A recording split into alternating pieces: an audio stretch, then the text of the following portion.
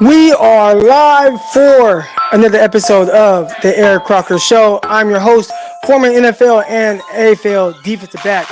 I really missed my time in the Arena Football League. Had a great time, all right. But we're talking all things 49ers. This morning, we got Deebo Samuel. Said he had an awful season. And am I seeing the trend with Deebo Samuel? Good, bad, good, bad, good again, or great? We're going to talk about that. Brock Purdy, he's right on track for his recovery. Should he come back in the preseason or week one? And breakout defensive player of the year. Someone I feel like people aren't really talking about, but I think he's going to really step up. All right, you're hearing a lot of Drake Jackson. I got another guy that I'm going to talk about. All right, but shout out to everybody in the chat right now. I see Raphael coming through with the flames, man. Y'all know what it is. 5 flames, you're doing great. Anything less than that, we need to talk about it. Send me a DM.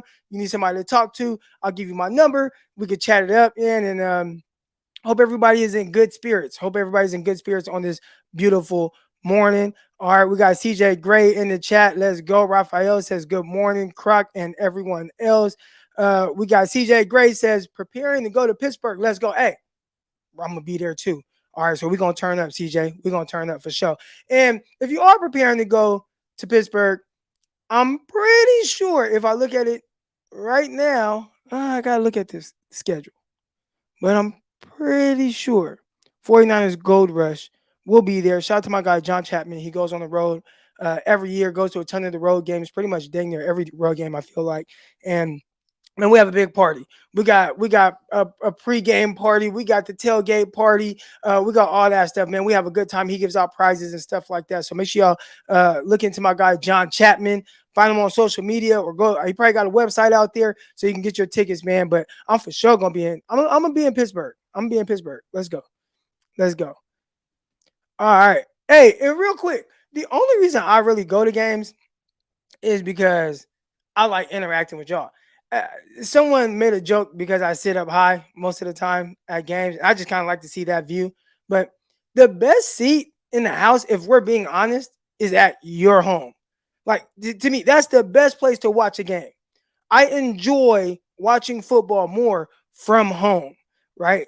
Uh, that's the best place. You got your food, you got your snacks, you got your drinks, your alcohol, whatever. You're chilling. You don't got to worry about any traffic getting in and out of the stadium. Like that's the best time. Now, I like interacting with people. I live in Arkansas, all right, Southeast Arkansas at that. So I'm in the sticks. I don't got nobody to watch the game with. So I like going to the games and really kind of interacting with everybody there. So you see me, man, make sure you say what's up. Yeah, yeah. All right, all right, all right. Deebo Samuel. And I kind of titled this Deebo Samuel bounce back season. You can call it comeback season, however you want. But he's on live. They're talking about him or they're asking him questions and asked him about last year. And he says, man, I had an awful season. And Deebo is very straightforward. I was on Twitter the other day and I talked about I was driving home from the gym, got workout in yesterday, every day really. And I was listening to Sirius Radio and they mentioned, oh man, these players, or not the players, they were like, Aaron Rodgers. Aaron Rodgers has to stop talking about Green Bay. I'm like, the only reason Aaron Rodgers probably brings up Green Bay or mentions Green Bay is because you motherfuckers ask him about it, right? Like if you don't ask the players about certain things, like they won't give you a response. So anytime in the media you ask Aaron Rodgers about Green Bay, he'll probably give you a response about Green Bay. It was the same with the 49ers and Deebo Samuel and those guys. Why the 49er players keep having the Philadelphia Eagles in the mouth? Well, I don't know. Maybe because these dudes keep asking them about the Philadelphia championship game. If you don't ask them about it, they won't say anything about it. But if you ask them, they're going to be real. Unless you want everybody to turn into Marshawn Lynch and just be like, oh, I'm just here so I don't get fined. I'm just here so I don't get fined. I'm about that action, boss. If you want everybody to do that, then cool. I like hearing the honest answers. All right. So, hey, man, you guys talk about it as much as you want. But Deebo Samuel, very honest. And he was asked about last year. And he said, man, it was an awful year. And I don't want to say blame some of it, but, he had some off-field distractions. All right. He was dealing with the contract negotiations.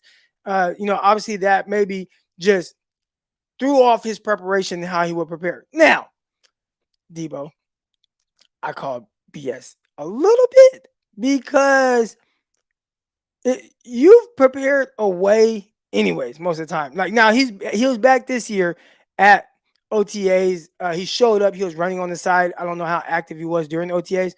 And then obviously like mini camp, he was out there, and I don't even know if he practiced or not. I really need to get credentialed again.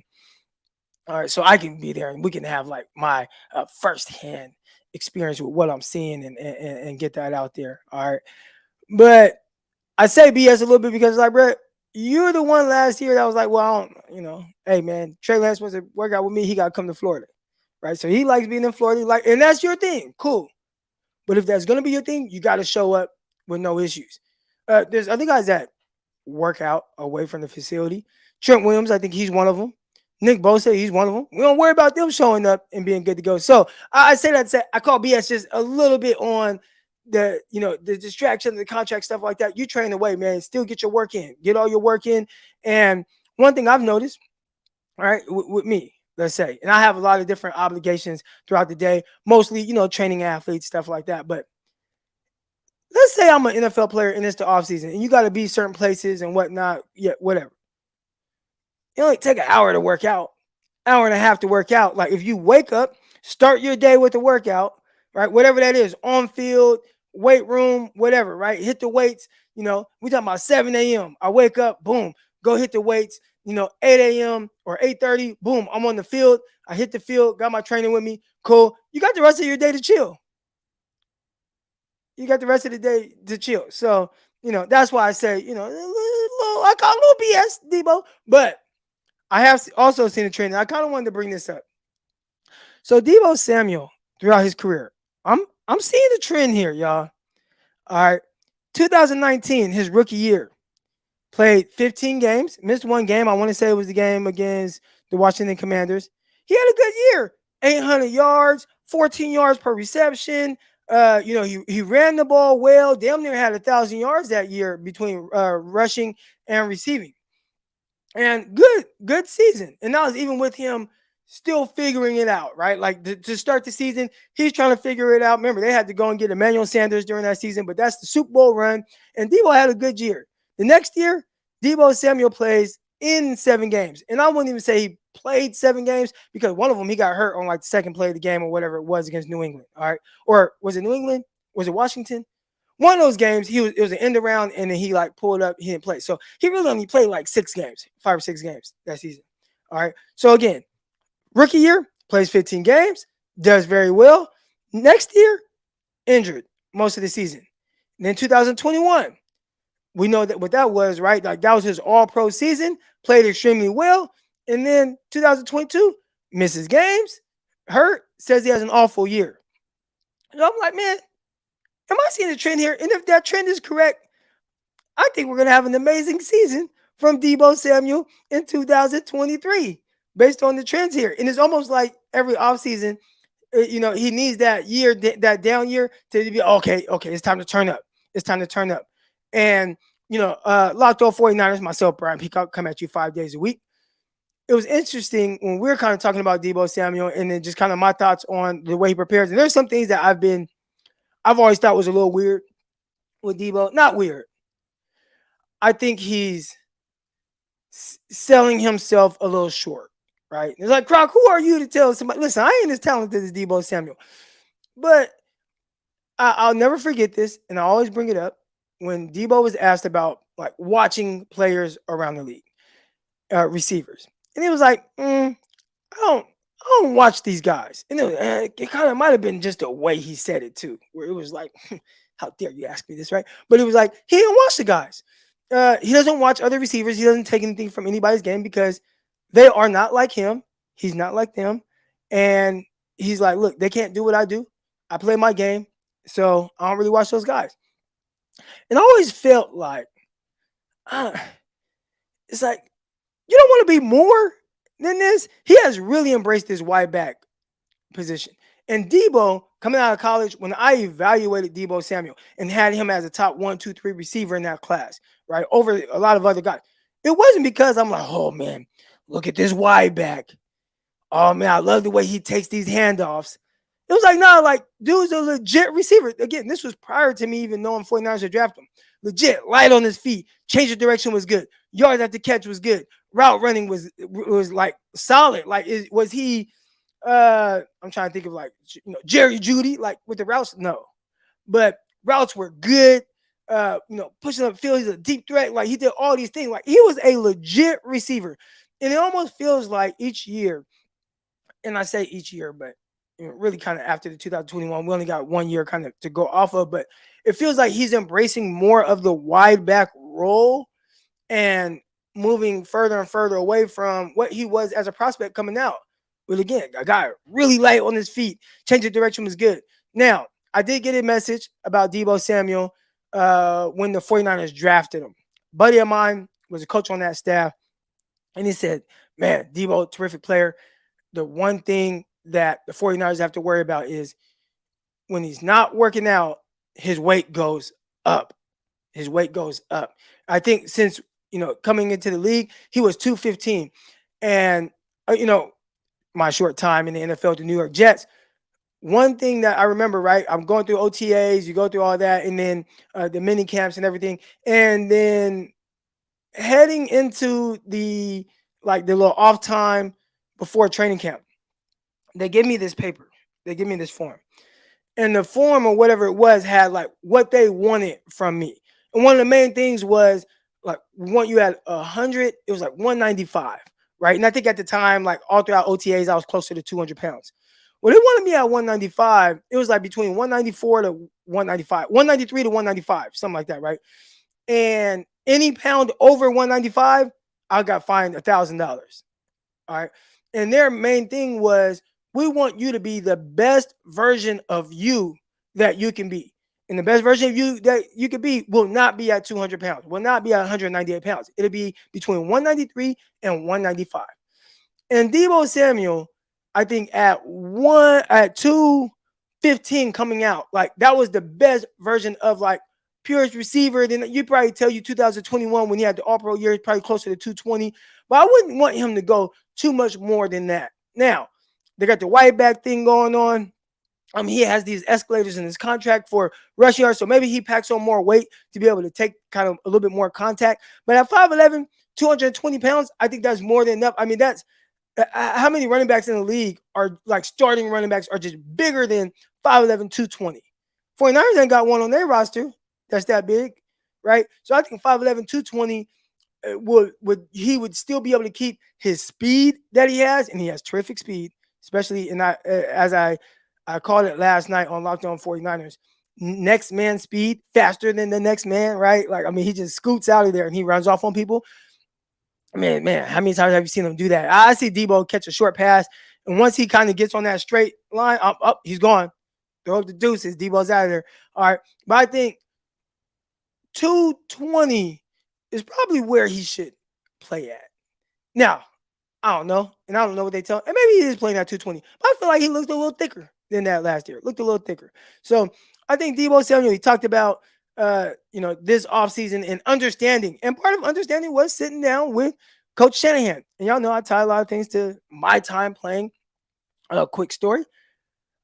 In 2014, I was the number 1 overall pick in the Arena Football League draft. I know. Not that big of a deal to most people, but to me, that's pretty cool. Say you're the number 1 overall pick. That was pretty cool. All right. And now, and then that year, I balled out. I had 11 interceptions. I'm the man. All right. Free agency coming. Oh, man. Everybody got to go try to get Eric Crocker. And they're calling me. They're blowing my phone up as soon as it opened up. And they're like, hey, man, you're the man. You're great, man. We're going to put you on billboards. You're going to be the face of our defense. Again, this is Arena Football League, not the NFL. You're going to be the face of everything, blah, blah. Oh, yeah, we love you. All right, come here. We're going to take care of you, blah, blah. All right. The San Jose Sabercats. I get to them, and I actually go and visit them in person. And they sit down with me. All right. Again, I'm this prize free agent in the Arena Football League. All right, 6'2", 195, 200-pound cornerback. Physical guy, just came off a season where I had 11 interceptions. And they sat down with me and pointed out everything I did wrong. They just put the film on and was just like, man, look at this step here. Look how you did this. Like, why'd you do that? Why'd you open up so fast? Like, man, we don't do that here. Oh, why'd you backpedal it? And I'm like, damn, do these guys like me? But everything that they did was, to get me to play at an even higher level. Yeah, you played well, but man, we're trying to win a championship this year, which we did. Oh, right there, still got the little little bling bling. All right, so we did win the championship, but I remember them telling me, man, like, you'll be a piece to the puzzle. You won't be the piece to the puzzle.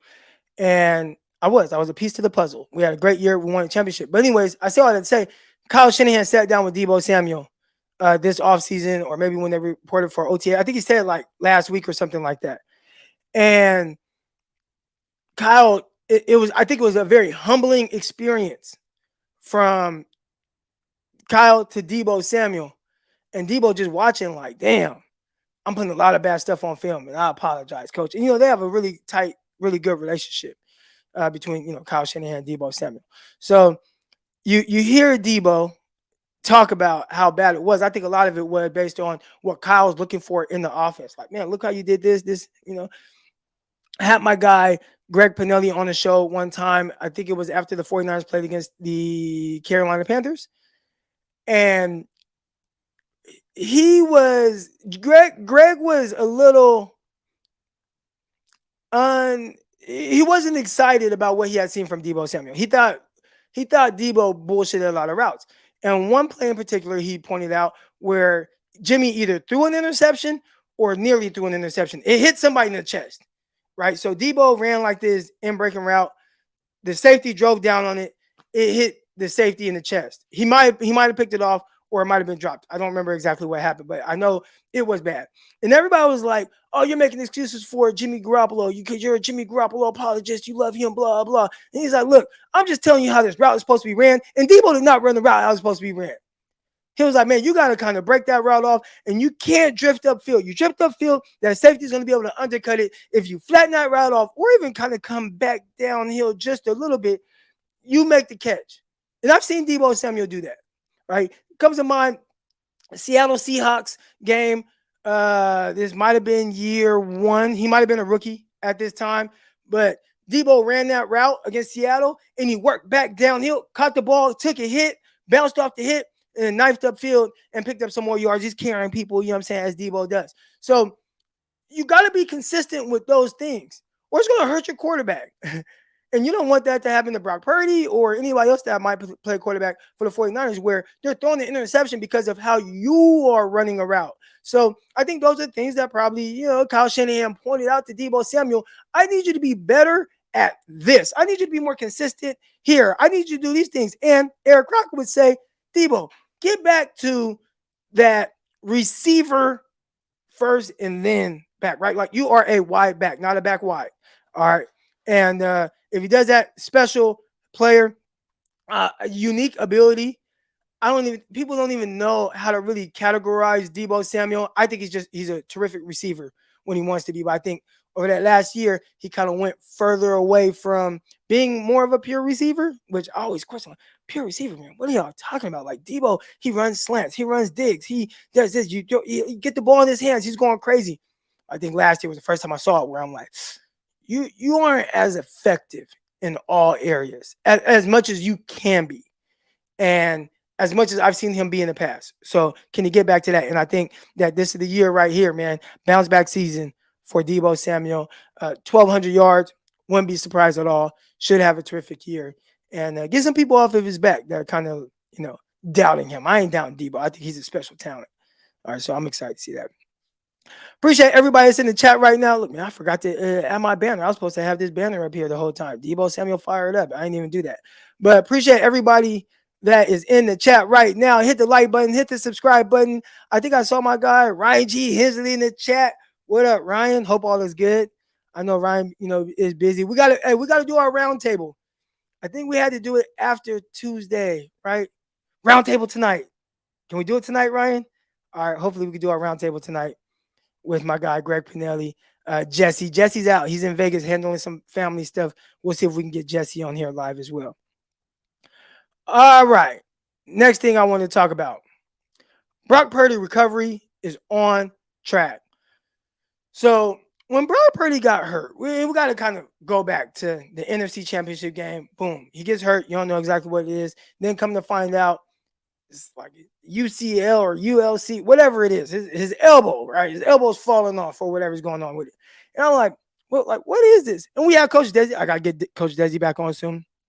But we got Coach Desi, and she's talking about the elbow and stuff like that. Everybody's kind of waiting for him to get this surgery, and then it like gets pushed back, and it gets pushed back again, and then it gets pushed back again. I'm like, what the heck? Right? You're running out of time here, like for the start of the season. Like, ain't he supposed to have it now so he can be ready for the start of the actual season or training camp? And then you start to learn more about the process of it, where it's like, hey, after 3 months, he's actually throwing, which right now he's throwing the football. And then there's a ramp up period, right? Like the ramp up period doesn't start when it's like, oh, okay, after 6 months, he's recovered. Now let's ramp up his throwing. No, that's not what they're doing. They're starting at 3 months to ramp up his throwing so that by 6 months, he is 100% ready to go. And I'd say before he's fully cleared, he probably would have been ready to go a month prior to that, right? And right now, he's on track or even ahead of track a little bit to be ready. So, with knowing that, right, and that's not necessarily like new news. I think we've all known that aspect of it. All right, but when it comes to Brock Purdy and coming back, if I had to guess, he might be cleared by the last preseason game. So here's my question to y'all, and I'm gonna be looking in the chat and seeing what y'all have to say about it. If hypothetically speaking, he's cleared before the last preseason game, do you play him, or do you say, okay, we're not gonna play you in that last preseason game, even though you're 100% cleared to go and you haven't had like full on live action? All right, so we're not gonna play in that last preseason game. We'll wait. You'll have 2 weeks of practice, but then week 1 you play against the Pittsburgh Steelers. And I know everybody, when you think of Pittsburgh Steelers, first of all, they're going to be rocking. They're in Pittsburgh. They're going to be crazy. They're going to be rocking. I'm excited. All right.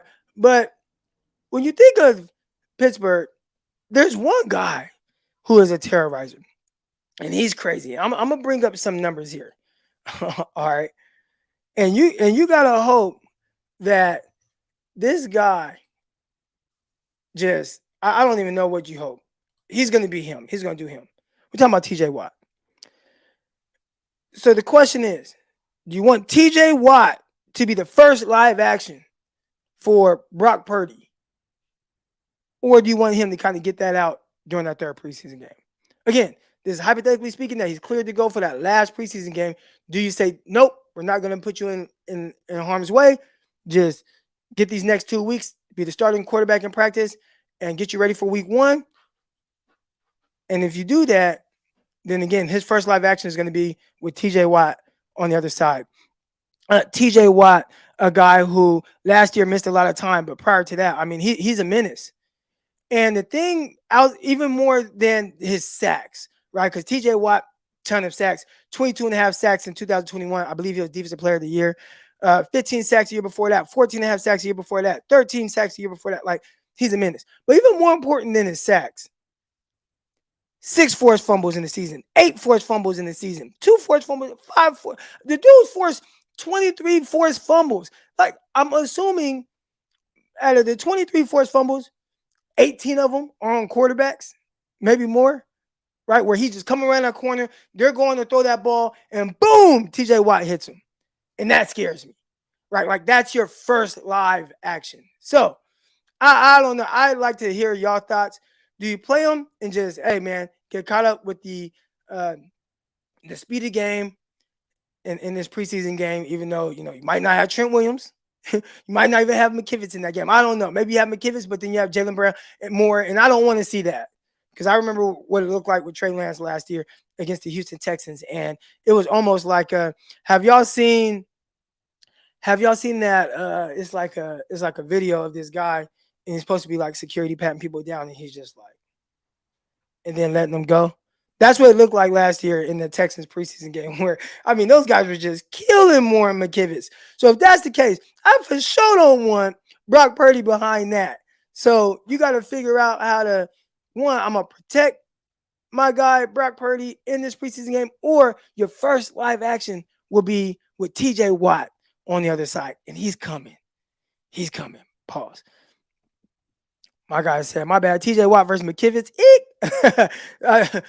I mean, at the end of the day, no matter what, TJ Watt will be playing against McKivitz. My thing is, do you want that to be Brock Purdy's first, like, full on live action, and what that might actually be or look like?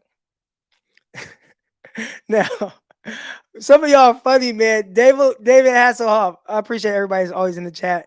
I see all my guys, and I have an idea of where guys lean. I know kind of what some of the guys' thoughts are. So David is I don't want to, like, he's pro Lance. I would say that, right? And I was live on Larry Kruger's show, and somebody was like, "Oh, Croc is pro Lance. Let's see how this goes." Like, dude, I'm pro 49ers. All right, like, whatever. I don't care. I have given my thoughts on. I feel like if you win the Super Bowl, you want Trey Lance to be as good as he can be. But I don't care. Like, I feel like they'll win a lot against Brock Purdy. All right, at 187. I know him. He loves Purdy. All right, even his picture right there is Brock Purdy. But David says, hopefully Brock starts game 1. Listen, David does. If he had it his way, he would say Trey Lance starts week 1. But he's being messy right here because he knows who's on the other side there. He knows who is on the other side there. He knows that TJ Watt will be on the other side. And that's scary to me. That's scary to me. I'm not going to lie. How many of y'all in the chat have just watched a Steelers game? Just watch the game, like over the last 2 years, where you just watch. And I know we talk a lot about Nick Bosa, and I think Nick Bosa, he's one of the best defensive players in the NFL, if not the best. Pittsburgh Steelers fans would tell you that TJ Watt's the best player in the NFL. That's what they would tell you. All right, so that one thing, man, that's interesting. And I can't wait to bring some people on live, so maybe we can get some more thoughts on that whole thing with, should you sit him? Should he play? I'll put that question back up there. All right. Now, the last thing I want to talk about today, appreciate everybody that's in the chat. Hit the like button and subscribe to this video. Defensive breakout player. And I think a lot of people are, Drake Jackson, that's your breakout player there. Or they might say, I don't know, Jair Brown, because you're excited, for the rookie. And I am too.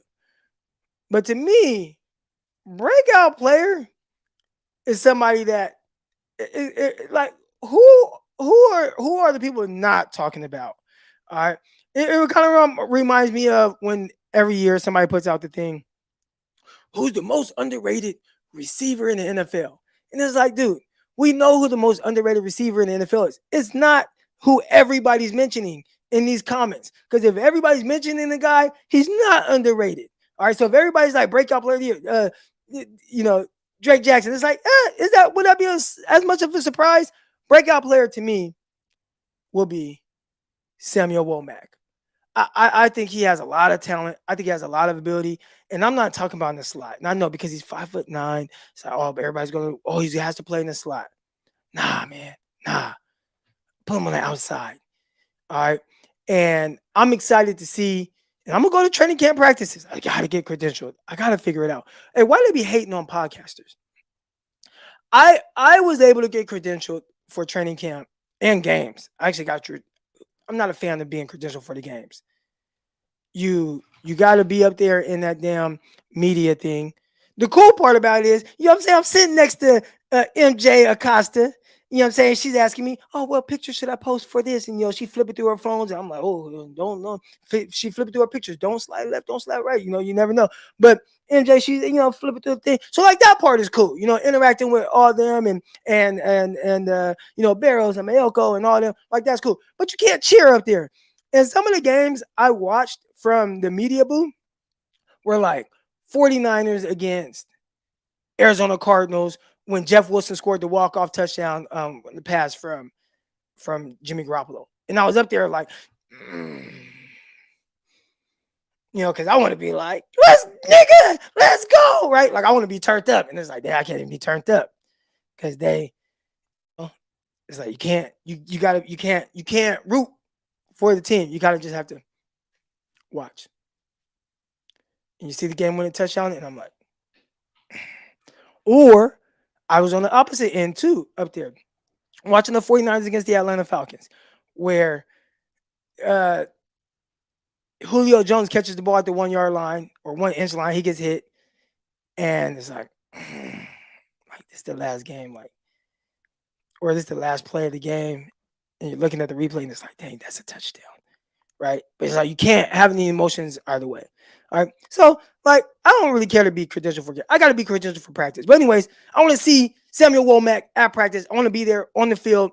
I want to, take my notes, everything that I'm seeing. I've been there in the little fan section, and it's like, from the fan section it's kind of hard sometimes if they're on the other side of the field and stuff, and that's cool. But I need to be right there on the field so I can see up close and personal what's going on and get my perspective from that. All right. I've seen some guys throw some shots yeah, I know he was at training camp, but he was in the stands. Not talking about me, but other people. And I'm like, damn, I was sitting right next to him, right? So, anyways, Samuel Womack, I think he has tons of ability. I think he has that it factor as it pertains to taking the ball away. All right. I've played with guys that just have this knack for taking the ball away. They just understand it. And they're just always in the right spot. We've seen 49 players like that, right? Like Talanoa Funga, Johnny on the spot. He will be in the position to make a play. Now, he might be out of position and, give up a big play, but he's going to make some plays, right? Because he's just going to be there. He just has a knack for it. Same with Tayshaun Gibson. No coincidence, he had 4 or 5 interceptions last season. Well, of course, he's picked up passes his entire career. He has 32 career interceptions, 32, 3-2. All right. MJ, not Jordan, Magic Johnson. All right. 32 career interceptions. Of course, he's picking up passes. Like some guys just have a knack for it. And I think Samuel Womack has that as well. Why? We're talking about a guy who led college football and pass breakups. I think that's big, that you're always in position, right? You're knocking balls away. You're doing a great job there. And then it just stopped there. He gets to the preseason. What does he do? First preseason game against the Packers, 2 interceptions. Bam, bam. Need it. Let's go. Right? And then you watch the next game and it's like, boom, recovers a fumble. Of course he recovers a fumble. He's Johnny on the spot. Right? And then you watch him in the last preseason game. I want to say it's against the Vikings. And what does he do? Knock a ball away in the end zone. What happens after he knocks the ball away in the end zone? It gets intercepted. Right? So he's just one of those guys who I feel like the more you watch him play, he's going to make plays. And I think the more comfortable he gets, because they throw a lot at you, especially a guy like him who they're asking to play in the slot. They're asking to play outside. They're asking to do all kinds of things. He's a rookie having to learn all these new terminologies and things like that. Bro, it's tough. The adjustments you have to understand on the fly. He started off the season in the slot, but then we got to bench you because, run fits, things like that, man. Put this dude on the outside. I know he's only 5'9", but the 49ers, especially the defense, if they continue to run a similar defense, having guys that are playing more off coverage, more quarters coverage, man. I think he's twitched up. I think he has the feet. He has the turn and run speed. He ran a 4.3. He has long arms, so he has the length. That's my guy for defensive breakout player 2023. So I'd love to hear y'all thoughts on the 3 topics that we discussed today. Again, hit the like button and subscribe to this video. All right, talk to him, Pickle. All right, so in the chat right there, I put the link so y'all can come on live and we can give y'all thoughts. All right, so we talked about a few different things. One, bounce back season for Deebo Samuel. What does that look like? I think he's a guy, 1,200 yards, another 220 yards rushing. You know what I'm saying? Back to closer to, 8 to 10 touchdowns. That's what I'm thinking from Deebo. All right. We talked about Brock Purdy. Should he come back? I mean, that's it. Not should he come back. Excuse me. We know he's going to come back. Should he come back and play in that 3rd preseason game and just get that live, fast action? Or should he come back week 1 and your first live action is against this monster in Pittsburgh, goddamn TJ Watt? And to me, that's scary. It's scary. It's like, oh, yeah, I've been waiting all year. Let's go. Hey, am I the only one? Am I the only one that thinks that Brock Purdy is the NFL version of Austin Reeves?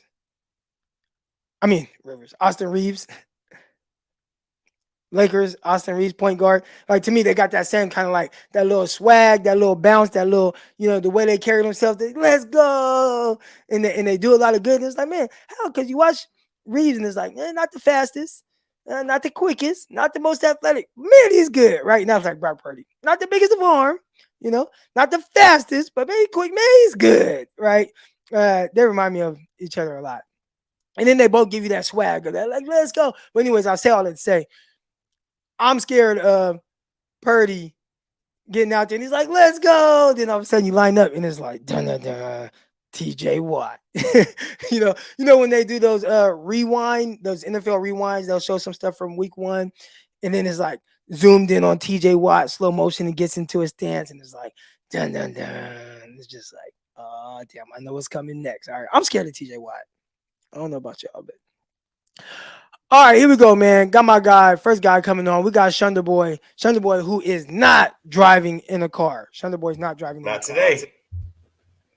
How you doing, man? I don't know how good my internet's going to be, though, so that might be an issue. Oh, that you're I'm good. pretty sick. You're good. Okay, so I've been saying for like a month, I think I came on this show and told everybody that Brock Purdy was going to start week 1. And that was like before he started viciously throwing a towel, as they say.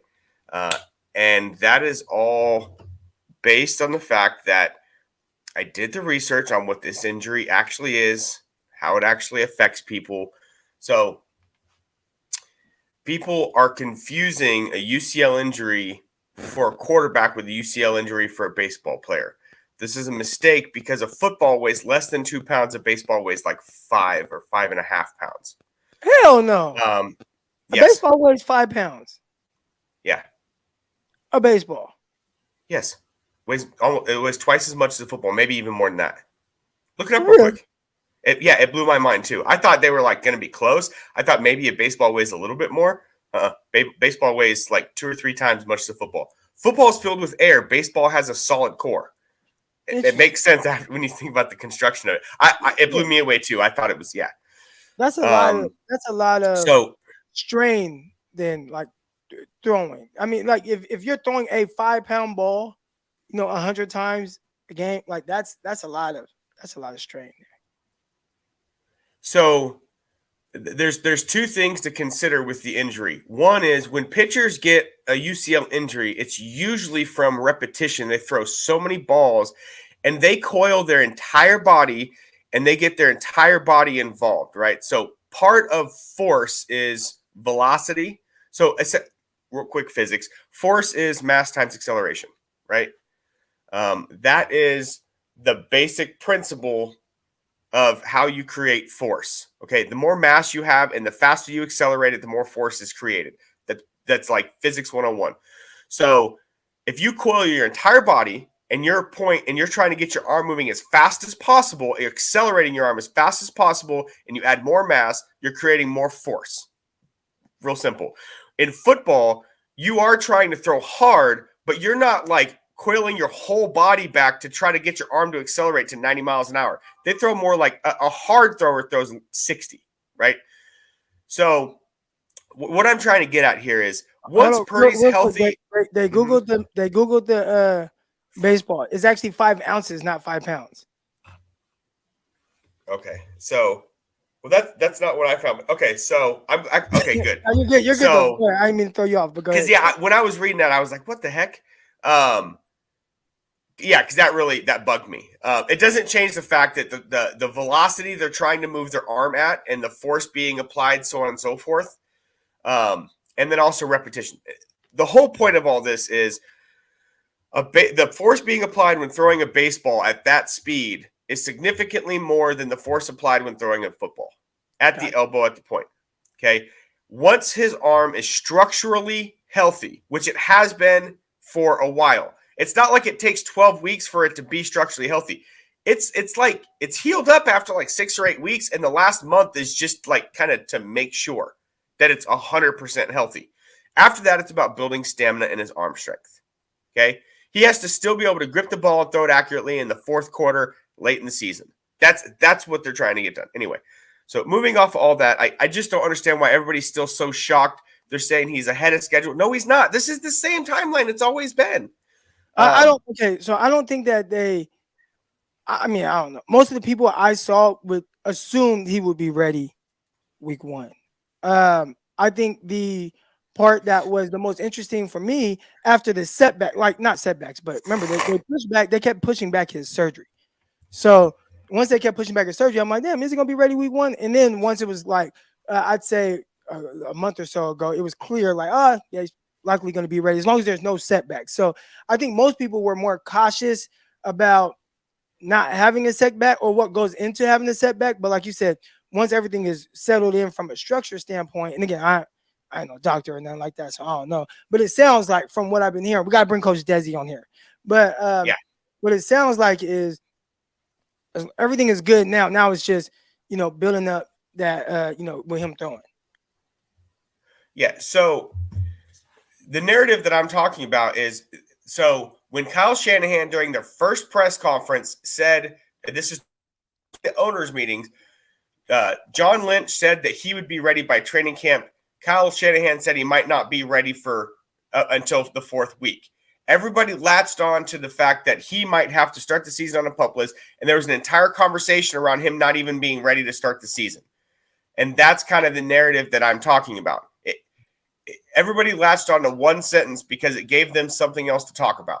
And it's never been the case. The doctors have never said anything. The team, like one sentence from one thing 6 weeks into the procedure. Anyway, I don't want to get off track on all that stuff. So I wanted to ask you about Kalia Davis because the way I understand it, Womack's struggles last year were run fit. He obviously doesn't have any problem in coverage. He's very good there. But he struggles with run fit, and his eyes get caught in the backfield too often. I don't know if that's something that you saw. I'm curious what your thoughts are as far as his eyes.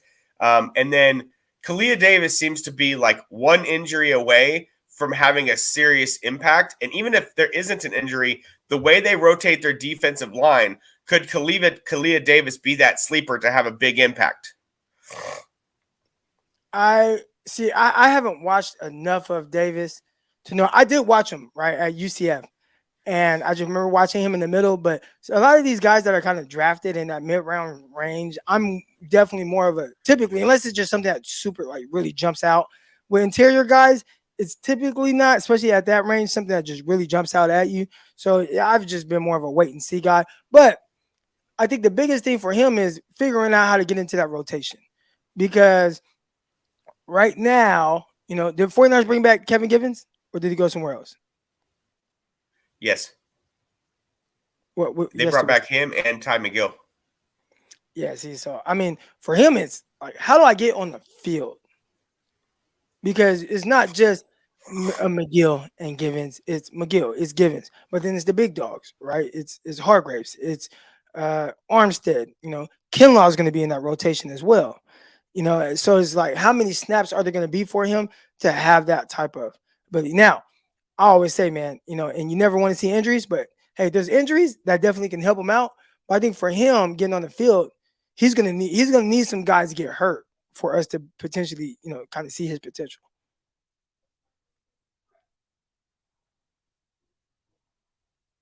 Oh, you're muted.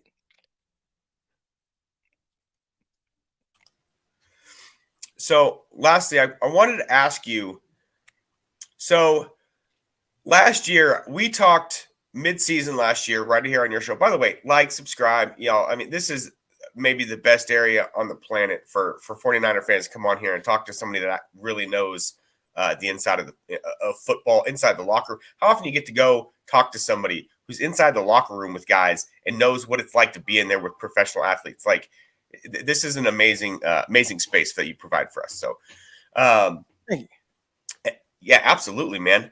So the offensive line was struggling early last year. And you and I came on this show right after the trade deadline. It was when you were doing your morning show the week after the trade deadline. And a lot of the talk was about Christian McCaffrey. But you brought up the fact, like, is he going to get killed behind this offensive line? Because we have 3 young guys in the interior and they're not playing great. They're not terrible, but like they haven't been great this far this season. And one of the things I brought up is that they just started playing together. If they stay healthy, they're going to continue to get better throughout the year. And I think that the numbers reflect that they were significantly better in the second half of the season than they were in the first half of the season. So my question is this: the offensive line plays as a unit, and so although everybody wants 5 Trent Williams, that doesn't exist. So we have 4 returners who all got better and better last year. You would expect Banks and Burford to be better this year than they were last year. McKivitz has already gotten the seal of approval from Trent Williams, which, as far as I'm concerned, I don't need to know anything else. Trent Williams said this guy's a guy. I'm good with that. So I can't imagine our offensive line wouldn't get better. Is it possible that we are overlooking this and that they're actually going to be like really good this year even? Because that's relative to the offensive line play across the league is not good. So they could end up being a top 5, top 8 unit, and they're basically an above average unit in most years. What are your thoughts? Yeah, so I think Kyle does a really good job of trying not to put his offensive line at a disadvantage, right? So you see a lot of just the way that they're kind of structured with the movement, and I think we kind of lost Shandy Boy. Oh, he's back. All right, so a lot of times with like some of the movement that they do, they're not like these power type guys, but more of a kind of get in position, wall guys off, and then the running back kind of be able to pick his hole from there. Their issue, I think, where it really pops out is when they start to get overpowered, and we'll see it. What happens with there, but I'd say the offensive line gelling together is probably one of the most underrated things I think in football. A lot of times they'll tell you it takes like a year or so, and then when you have a bunch of guys that start to kind of rotate in and out of there, or you get a whole new group, that can make it more difficult. Learning how to play as one unit, I think, is really big in this scheme. So if young group of guys, especially like a Banks, and then you got Brendel, who's older, but then you have Spencer Burford at the right guard position. If those 3 interior guys can figure out how to or build on what they did last year, right? Which some good, some bad, whatever, right? Have Burford rotating here and there with Daniel Brunskill. But if you have those 3 guys and they're able to kind of like, hey, let's be a little bit better than what we were last year, I think that the offensive line might be a little bit more of an underrated unit. I think McKivitz is still the wild card, even though we've seen him play bad, we've seen him play well, right? 49ers needed him to play well in some games, and he showed up and contributed to a win. So he's gonna have to do it at the right tackle spot all season. I still think it's a question mark because you have to actually see them play well. But I thought, last year it was very up and down. Like I thought they got manhandled against Dallas. I thought they got manhandled against Philly. And those are the big dogs. Like those are the dudes that you're like really gunning to beat. And not that the 49ers can't beat them, but you definitely don't want your offensive line to be an issue. So manhandled by Dallas. If you look at the numbers, they played a pretty average game. I know that there are some plays that were really eye popping, but like everybody wants to talk about McGlinchey just getting tossed out the club, but like he had 60 other snaps where he's not getting tossed out of the club, right? He had 2 or 3 other snaps that were pretty bad, but the rest of the game he held his own. And the rest of the offensive line did fairly well. I mean, DeMarcus Lawrence was annihilating people down the stretch last year. People forget that he was amongst the best defensive linemen in the league the last 5 to 6 weeks. And he didn't have a massive impact. He had, I think, 1 sack, couple of hurries. So I get what you're saying. We definitely didn't play as well against those teams, but I don't feel like it's as bad as maybe we remember. Well, so I'm looking at I just pulled up some numbers here. And the 49ers, although they did run for over 100 yards, but we're talking about 32 attempts and they averaged 3.5 yards per carry. So it was really tough for the offensive line versus a team that was being built on a little bit more power, definitely more speed with the kid out of Penn State. I'm not blanking on his name right now. Micah Parsons. Running back. Parsons. Okay. Yeah, with Parsons. But outside of that, I mean, we're talking about a team where it was kind of tough to get anything going on the ground. McCaffrey had 35 yards rushing in that entire game. His longest carry was 8 yards. They were really keying on him in that game. They were like, somebody else is going to beat us. Yeah, even outside of that, like just watching it, 49ers offense was very stagnant. And I think a lot of it just had to do Yeah, with how they like up front, it was tough. It was tough for them. And they need defense. Luckily, defense that's a played really very good well. point. Yeah, absolutely. And that's a really good point. And this is why it's important to have this kind of a conversation is you can bring up numbers and be like, but it was really this. But it's like, just go back and watch the game. I think you're right that when you just watch the game and watch the game flow, the numbers don't necessarily carry out exactly how effective the defensive line for Dallas was. That's a really good It point was to make. very clunky. It was a very clunky Yeah. game offensively. Okay, so what I want to get back to is, or one thing I want to bring, I think it was, so Jalen Moore played left tackle and McKivitz played right tackle during that game in Houston that you're talking about, where our offensive tackle play was probably the worst that the NFL has ever seen. And it seemed like every time they dropped back, the quarterback was yelling and running for his life. Jalen Moore was terrible on the left side. McKivitz was bad, but he only missed one or two, and somebody else got swapped into the right side. I believe it was School, and that's when it was just awful. Gotcha. That's when every time they dropped back, there was somebody in the quarterback's lap when he hit his back leg. So I think McKivitz is kind of catching a couple of strays on that one just because he was kind of there. But I'm pretty sure the tandem that was just awful was Jalen Moore on the left and School on the right. Again, I could be wrong on that, but I think that's who it was. All right. Shunda boy, I'm gonna get you out of here, man, and get to the next caller. But I appreciate you coming on. Appreciate you as always. Thanks, Croc. All right. Shout out to my guy Shunda boy. Up next, we got CJ. CJ, you've been waiting patiently. Then we got Case 49 up next, man. How you doing this morning? What's up, Croc? It's great. It's good when you go on. You don't come on as often as you used to. And I understand it's the dog days of the off season. Football season. I'll be back in full swing. Right now, I'm trying to go on minimum 2 times. I'm trying to go minimum 2, and then maybe 3. Yeah, I've kind of not been. I've been a little bit out of the loop during the off season because it's been a little much. Because when we drafted Trey in 2021, I would grind it all off season with the content and the chats and the debates. Then I went through the whole 2021 season. Then I went into the off season of 2022 and the whole is Jimmy staying, is Deebo's got his contract demands, and so I needed a break coming into this off season. So I've just kind of passively been just staying attached to the news, but not in depth in all of these chats like I would be during the regular season. Definitely. Now, as far as we've discussed Brock Purdy before, and Terradome came and went on a long rant that I never even got to respond to the last time that I was even up here. And thanks for reminding me. And I saw Terradome in the chat, but I gotta get the organs, the church organs, for when Terradome comes on, so we can hit the organs when he gets to preaching. Yeah, that's my dog, Terradome.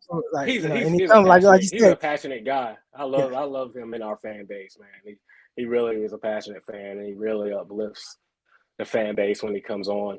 I happen to disagree with the Brock Purdy take. And anybody that's going off of 8 games that he's the new franchise quarterback and he's all these different things. Well, hold on, CJ. What part do you disagree with? Because he threw out numbers. I mean, he's number one in this, number one in that. So it's hard, when I get what you're saying. We'll have our opinions, but man, the numbers were terrific. So do you have any pushback on that part of it, or you're just saying, I just I'm don't just saying that it's just. I don't know. The truth is, I don't know, and I believe the truth really lies in that people truly don't know because it's been 8 games, and so defenses haven't had a chance to have an off season to adjust to him and game plan specifically for him, and give him a different look that he's not seen yet, and he hasn't really had a chance to respond to all of that stuff. So right now, I just remain in the skeptical club, and it's not because I believe Brock is a bad player or I didn't enjoy what I saw last season. It's just that you need probably 20 to 25 starts usually from a guy before you really sold on what he can do. Because remember Case Keenum with the Minnesota Vikings, he had a good season. He took them Yeah, to the NFC terrific season. Championship game. And Case Keenum is kind of in the same stature of a Brock Purdy and so forth. When I think of Brock Purdy, I think of Case Keenum a lot of times, and he might be better overall after playing enough games, and if he can maintain that 8 starts, then cool. I'll go ahead and acknowledge that he's the guy, and I hope he's the guy because 49ers are my team, and if he's the guy, obviously that's great for us. Yeah. So I'm not rooting against Brock Purdy. I just the run off and crown somebody one way direct, just like Trey Lance has only played 4 games and people are calling him a bust. I mean, you need games, you need piles of evidence before because like I said, we have more evidence on Sam Darnold than we kind of do these other guys. He's played 55 games and he's had a lot of turnovers, fumbles and interceptions and so forth. And you could kind of say, hey, that's the guy, that's what you're seeing because he's played a lot of starts. And so that's what I kind of want to caution our fan base against, going all in that a quarterback is one player or this player just by an extremely small sample size. I hope for Trey Lance to show what he got as well, because the story isn't completely written yet, and we just need to, as a fan base, need to sit back and watch and see and provide objectivity and analysis as time progresses, instead of making conclusions based off a small sample. Yeah, so I think that's my thing when it comes to Trey Lance. And I think, again, I was on Larry Kruger's show, and there were people, oh, Croc is pro Lance. And it's like, man, I think Lance has, a high upside, a lot of ability, but I just don't know, right? Like, so it's not even like I'm saying, oh, you this just dude's going don't to be know. great. This dude's going to be amazing. It's like, man, I would like to see, if he can play 4 straight games, what would that look like? If he can play 5 straight games, what would that look like? Would you see him, start to get better after stringing together, games in a row? And he just hasn't had that. I mean, we've barely seen him. Well, shoot, he started 2 games in a row. In that second game, he got hurt on the second drive. So it's like, I just want to know when it comes to him, because I do think he has a lot of ability.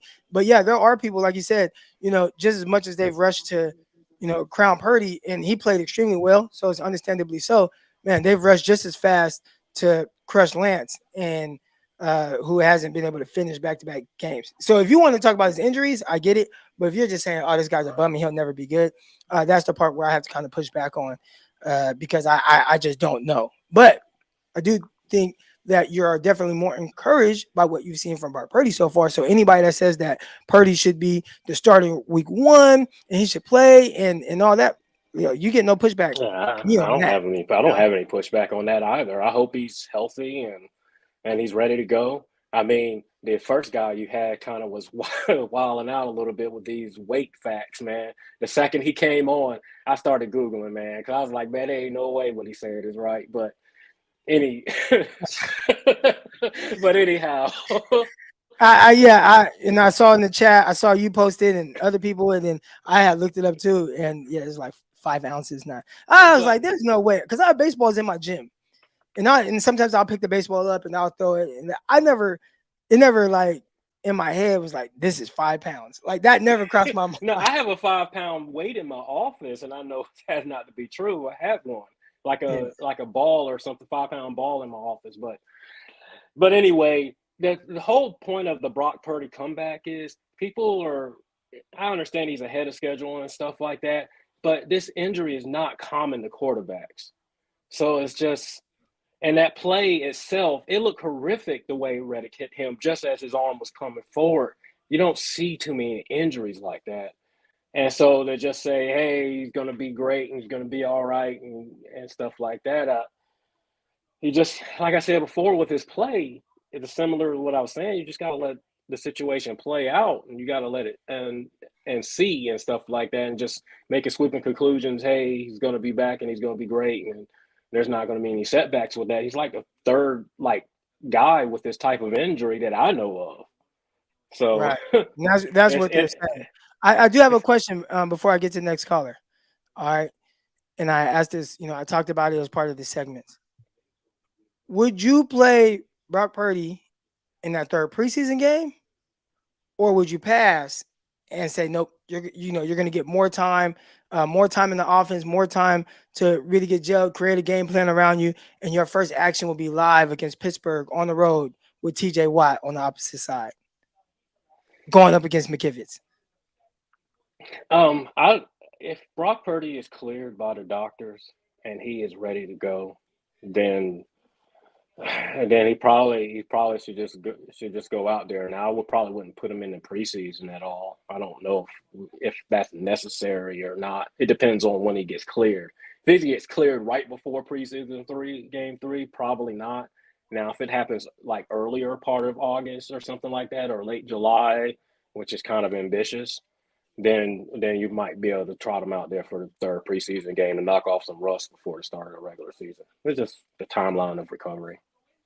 All right, CJ, I appreciate you coming on. All right. All right, here we go. Last caller, my guy, Case 49. Case 49, good morning. How you doing? Thank you for patiently waiting, too. And you're on mute, if you don't know. So there we go. Yeah, no doubt. Thanks, Croc, man. I appreciate it, man. What's going on with you, Crocky?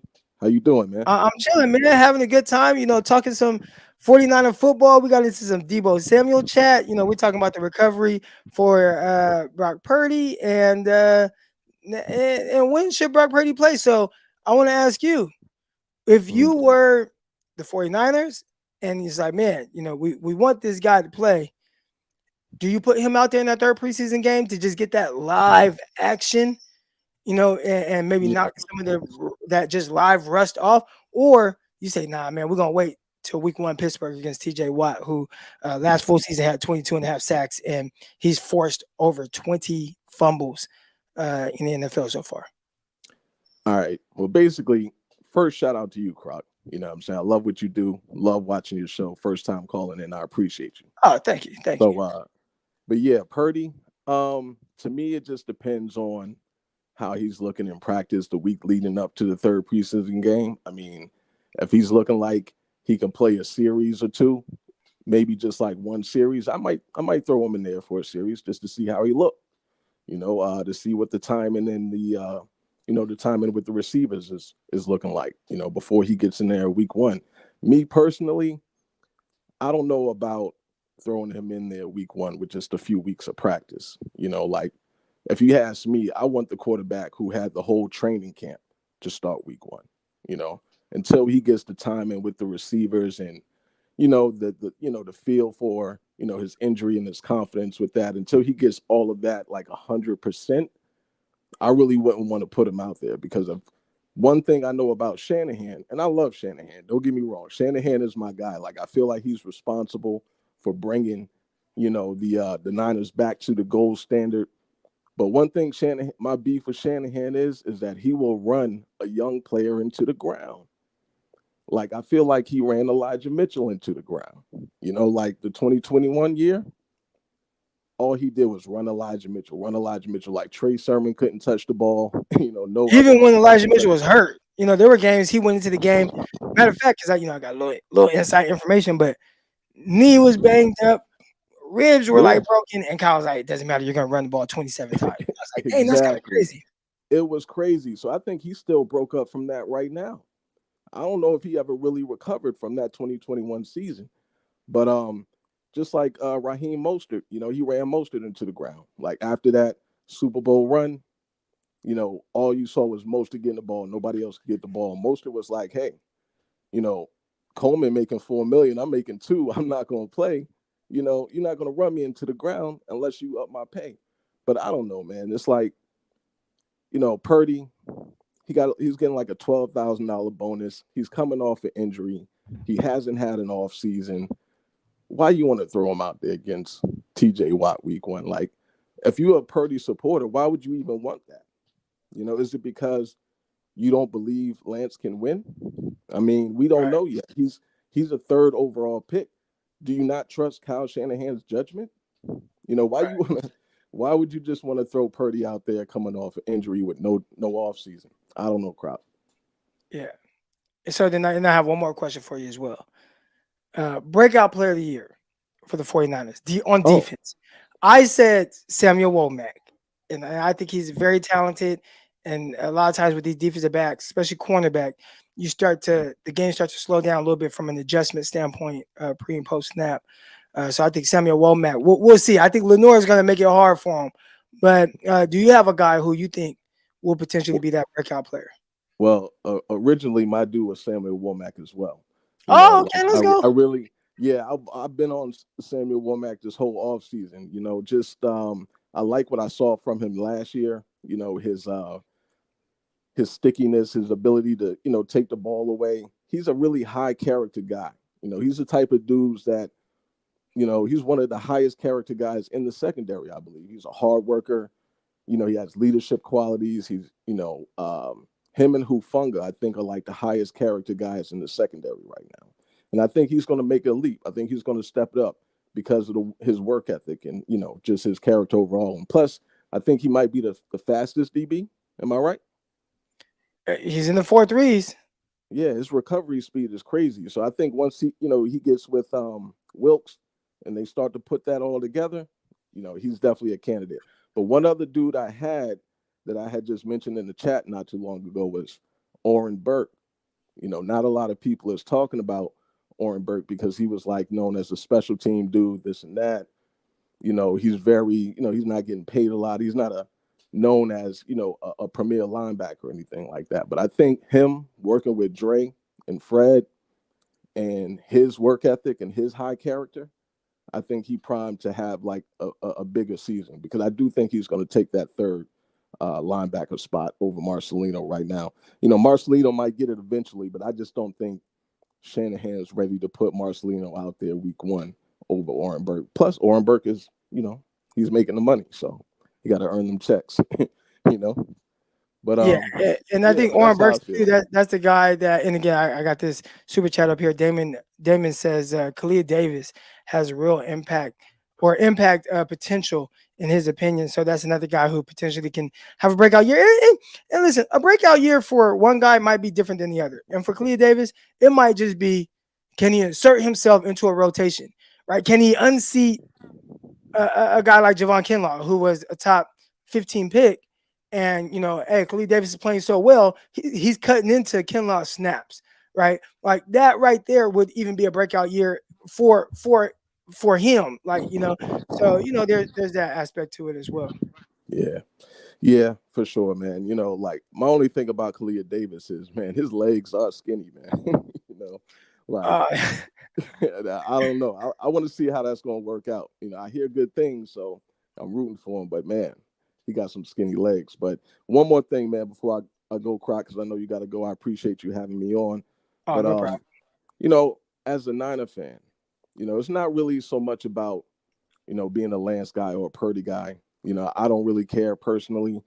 I love what Purdy did last year. I like Purdy's personality. I think he's a tough little guy. I like him. But I also like Lance as well. I watched, Lance, as he was drafted and coming in, and he, what he put on tape, yeah, it wasn't perfect, but I did see the flashes. I did see the talent. I'm hearing good things about him. I want the Niners to make good on their investment as a Niners fan. Like, we spent 3 first-round picks on this guy. We paying him $10 million a year. He just made $9 million last year just to rehab. We got to make good on this money and on these picks, on this investment. Like, as a Niner fan, why would you just want to trade him away for nothing and not make good on the investment? Why wouldn't you want to give him a chance to build value so then you have more chips to gain more picks or whatever? Like, I don't know, man. It's just, I think that it just they're seems like in a tough people situation. Case like the tough situation for them is Brock Purdy came out and played well. And the 49ers aspirations are Super Bowl. Like all the fans, Super Bowl, the players, Super Bowl, the coaches, Super Bowl.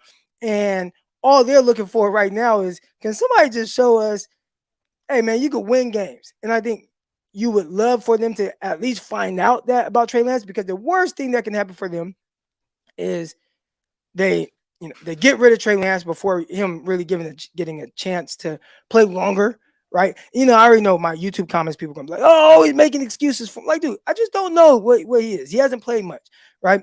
But if he goes somewhere else and they give him that opportunity to like make mistakes without the pressure of, hey, you got to win a Super Bowl this year, and then he takes off, that probably wouldn't be a good look for the for the 49ers, right?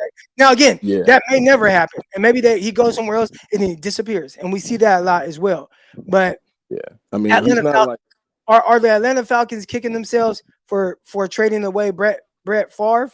Now, I ain't saying Trey Lance is Brett Favre. Don't nobody come at me saying that. But I'm just saying, like, Favre was there for a year. They traded him. He goes to Green Bay, ends up winning the Super Bowl and being multiple, how many MVPs? 2, 3 MVPs in his career. Like, had the career that he had. And those are the things that you kind of risk without really watching it play out. So, but it's tough because it's like, maybe it doesn't matter because you got Brock Purdy. So even if Lance goes somewhere else, has the opportunity to really grow and then balls out and he's terrific. Well, hey man, we got Brock Purdy and Brock Purdy's really good as well. So maybe that's what it would be. But you gotta get it. It's a weird situation they're in. I've never seen anything like it, to be honest. Me neither, man. It's unprecedented for real. It's like the first time we've ever seen anything like this. Yeah, man. I just want them to make good on their investment, man. I'm not a fan of buying high and selling low. This is what these people are talking about doing. I'm not a fan of that at all. So I don't know. But I'm still trying to recuperate from the whole Kaepernick, Harbaugh, Jed York, debacle that went on there. That whole era was crazy. You know what I mean? So I feel like Lance is their chance, to kind of make up for that, with this investment and trying to get this elite trait type quarterback. But I don't know, Croc. We'll see. We will see. Okay, here we go. Last question. Let's say, again, guys, this is just the way my mind works. Things I'm thinking about with this quarterback situation. All right, but let's say Trey Lance's name isn't Trey Lance. All right, let's say it's Josh Allen, and Josh Allen played exactly how he played as a rookie for, let's say, not the whole time, but 5 games, and then Brock Purdy magically is on the roster. He plays and he does what he does. Do you think we ever find out how good Josh Allen would have been? On the 49ers? On the 49ers. On the 49ers. Yeah, I think we would, man. I think we would, to be honest with you, because I don't think people would have treated Josh Allen with the same way they treated Trey, because Trey was coming in replacing Jimmy, and I don't know. They just felt like they felt some kind of way about that. You know what I mean, Croc? They felt some kind of way about Trey coming in replacing Jimmy, and he basically couldn't do anything right. They felt some kind of way that, he was the pick instead of Mac Jones. And I don't know. It was just the situation, the way Trey came in. He just had so many people against him from the door. It's kind of hard to say, if that was Josh Allen, would it be the same thing? I don't know, to be honest with you. But I just know that when Trey came in, he had a lot of negativity and a lot of pressure on him.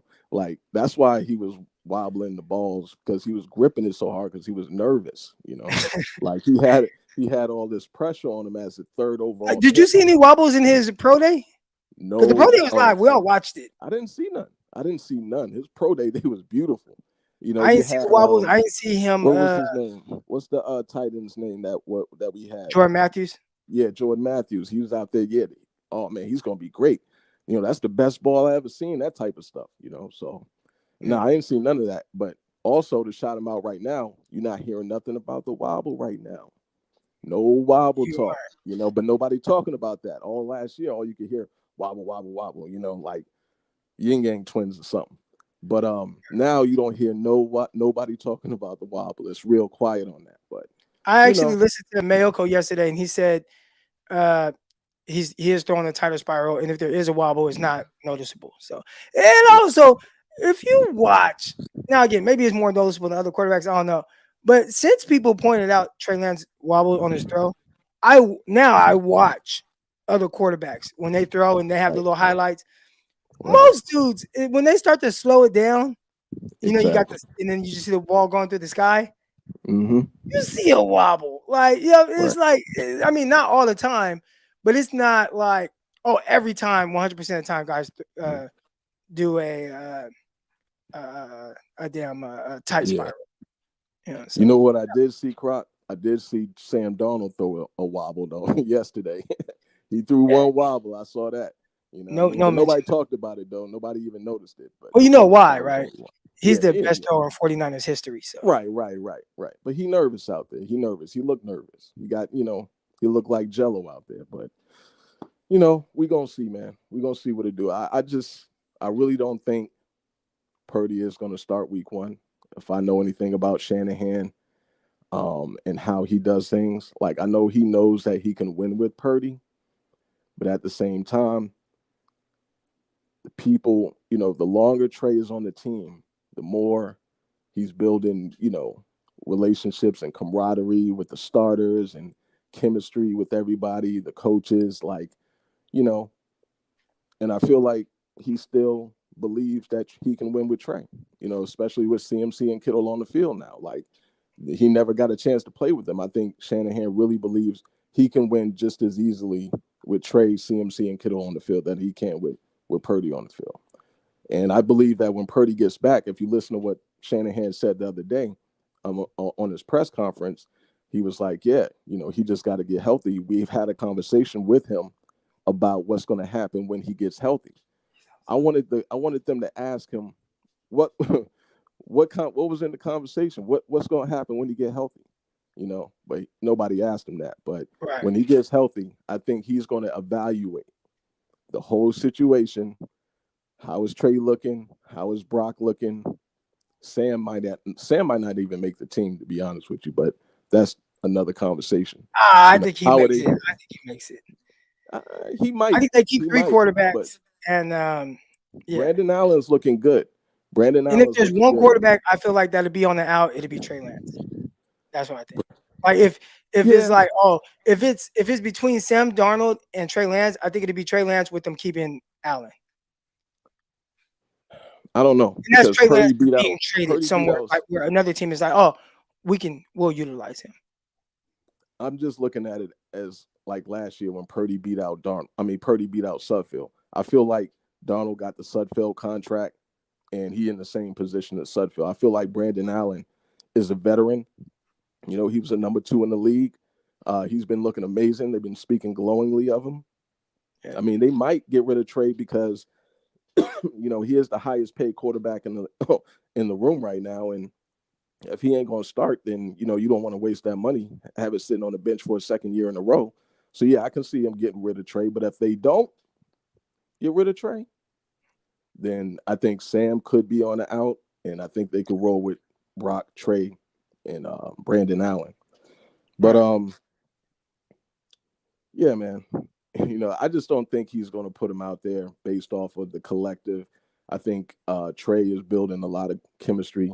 Like I know, like their whole press conference, they were trying to compliment each other and everything like that.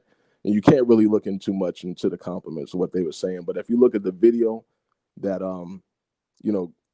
Grant and Lombardi, shout out to Grant and Lombardi, they put out, you can see Trey, laughing, chopping it up with Shanahan. When have we ever seen a quarterback? When have we ever seen a quarterback chop it up with Shanahan on the field at practice? I know. Hopefully, Kyle and I talked about him, kind of loosening up a little bit. Yeah. But kind of let loose. And I think the more he lets loose, I think the more his players will let loose, and you'll start to see a little bit more out of guys. Case, I appreciate you coming on, man. We've had no doubt. Man. I appreciate you having me on, man. I got a good little grip to talk. I appreciate you, man. And I'll be tuning in, man. Y'all hit that like button for my man Croc. Yeah, hit the like button. Appreciate it. All right. All right. Shout out to everybody in the chat right now. There's some things in the super chats here. So Ryan says 49ers just dropped some social. Trey Lance to Gray. I went looking for it. I didn't see it. And I think I know why, because Ryan dropped this here. He says, never mind. It was an old retweet. 49ers social is lacking. So, has the 49ers social media put out any videos or throws or anything from OTA? You see it from all these other places. Now, I'm not saying it, it's the end all be all, right? Like, oh, man, they're not, it's OTAs. But it's like, get your fans excited about something. Get them excited about something. Let them see the throws. Let them see the touchdown, the grabs, right? You're hearing a lot about Brandon Ayuk right now. Let us see Brandon Ayuk cook somebody, just a little clip here and there. You don't even got to be anything too crazy or too fancy, but let us just see a little something. So 49ers, they keep things a little bit tighter when it comes to that. We don't see a whole lot. Maybe come training camp, we'll see some. I did start a bunch of tweets. So here we go, man. I'm going to run through them because I see a lot of this stuff and I'm like, it depends on who you're talking about. All right. So here we go. 187 said, y'all said Trey was better than Jimmy G. That was a lie. Eric Crocker never said that. And I would like somebody to find a tweet or a video where I'm saying Trey Lance is better than Jimmy G. My thing was always for Trey Lance to become better than Jimmy G, he needs to play. And then eventually over time, maybe you'll see, and it's a maybe, you'll see a better quarterback than Jimmy G out there. But day one, I think if anybody felt like, oh, Trey Lance is going to step on the field right now and he's just going to be better than Jimmy G, that's bullshit. That's bullshit. All right, Jimmy Garoppolo is a good quarterback. Jimmy Garoppolo won a lot of games. He helped contribute to that. Now, is he in the elite category of quarterbacks? No. But he wasn't a bad quarterback. So for a guy with limited experience to come in and just day one going to be better than Jimmy Garoppolo, I wouldn't listen to those people. The evidence is screaming at us they would not let Jimmy G go. Jimmy G chose to come back to San Francisco because he knew he could start. Again, when it comes to that, Jimmy Garoppolo, he didn't have many options. First of all, he was under contract. And if they let him go at that time, there weren't any suitors. We were looking around like, hey, man, what team is he going to go to right now? Everybody grabbed quarterbacks. So where was Jimmy Garoppolo going to go where he had this great opportunity to play? Nowhere. So he restructured his deal, came back. All right, I'll be a backup quarterback in case anything happens. Anything did happen week 2, and he came back and he played. And then he played well, especially down the stretch right before he got hurt. All right. So, yeah, that's just my thoughts on that. All right, just my thoughts, man. The rumors had to be true. Now Kittle, who wouldn't play with Trey last year, back hurt, now says Trey is way better now. Well, again, and I look at other situations. What would guys have been saying about Josh Allen, right? Or any of these other quarterbacks? I would assume that that's a natural progression. A guy would be better each year, especially a guy who hasn't played a lot. I would assume that there has to be some man, he looks a lot better this year. Man, he's more comfortable this year, right? Is that a surprise that Trey Lance looks better in year 3 than he did in year 2? Or to start, at least right now, right? Wherever he's at and whatever George Kittle is talking about, I would assume that, yeah, you would want to see him look a lot better. That's what happens. And that's the issue right there where it's the rush on how a guy's supposed to look right now that has to play these young quarterbacks. Trevor Lawrence looked way better year 2 than he did year 1. Right? It's like Jalen Hurts looked way better year 3 than he did year 2. Jalen Hurts looked way better year 2 than he did year 1. Right? There's, typically there's this progression of, hey, man, a guy is getting better. That's what I would assume. So, yeah, Kittle, and I wouldn't say he wouldn't play with him because of a back hurting. I think he's just hurt, and Kittle just gets hurt, right? Kittle got, he missed multiple games last year. It's just, in my opinion, it's just a natural progression to improve each year.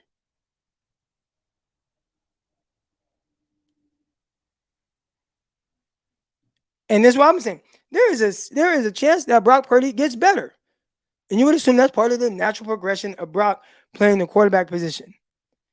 Now, what does better for Brock Purdy look like? Right? Man, more efficient. I don't know if it's hitting throws to different levels of the field because I don't know if that's necessarily his game, but the game slowing down, understanding things, not escaping to his left all the time in any side of panic. Yes, there is there can be a progression to him getting better as well. You never heard me say otherwise. Never. Nobody has ever heard me say otherwise. Ever. Brock Purdy can get better. Yes. And you would assume that Brock Purdy, who played very well last year, would play even better this year. There were some interceptable throws last year, hitting guys in the hands, ball interceptions dropped. Does he throw those same passes? There was a throw trying to throw across the field. That's not your game. Learning those things and understanding, hey, what he can and can't do. And I think he'll get better from that standpoint. Just my opinion. Just my opinion. So yeah, ain't nobody ever gonna hear me say, I just would assume that that's a natural progression. So, and then the last thing I want to address, because I said, if any quarterback is out between Sam and Trey, I would assume Trey, and that's because I would assume that you trade Trey, not that we're just gonna cut Trey Lance and keep Sam. No way, not cutting Trey Lance and keeping Sam. But I don't see them saying, oh man, we're gonna just cut Sam, and just let him. Well, now maybe because Brian Allen is so good and he's been good right now. All right, but and when I say good right now, I don't even know who he's going up against, but he's been efficient. He's been a backup quarterback in the NFL for like 4 years, so he gets it. He understands it. He's playing well in OTAs. Got to keep it rolling. But and I guess if he just plays awesome, then you could see one of the other guys get cut. But I don't foresee that happening. But maybe it happened last year. So yeah. But yeah, that was my thing. Like, man, if any quarterback is going to be on the out, to me, it makes a lot of sense to where, hey, man, we can actually trade Trey Lance somewhere to a team that maybe it's a better situation for him. And I don't think you could just trade Sam Darnold. That's just my opinion. Because I don't know, I think both of them don't have like trade value right now. But if there was who had more value, I would assume Trey has a little bit more value because they're still unknown. As for Sam, like we know what he has been in the NFL. All right, man. We are going to get out of here, man. I appreciate everybody that tuned in today. Hit the like button and subscribe to this video. Yes. I appreciate everybody that came in, tuned in to talk about Deebo Samuel. Bounce back season. All-pro year coming up. I don't know, at least 1,200 yards. That's what I think. All right, Brock Purdy coming back. Should he come back against Pittsburgh Steelers and TJ Watt, that monster on the other side of the field? And Samuel Womack, that's my breakout player. Appreciate everybody. Love everybody. I hope you have a great day. Exercise, get your steps in, catch some sun, some vitamin D, and all that good stuff. And stay prayed up. I'm out. Peace.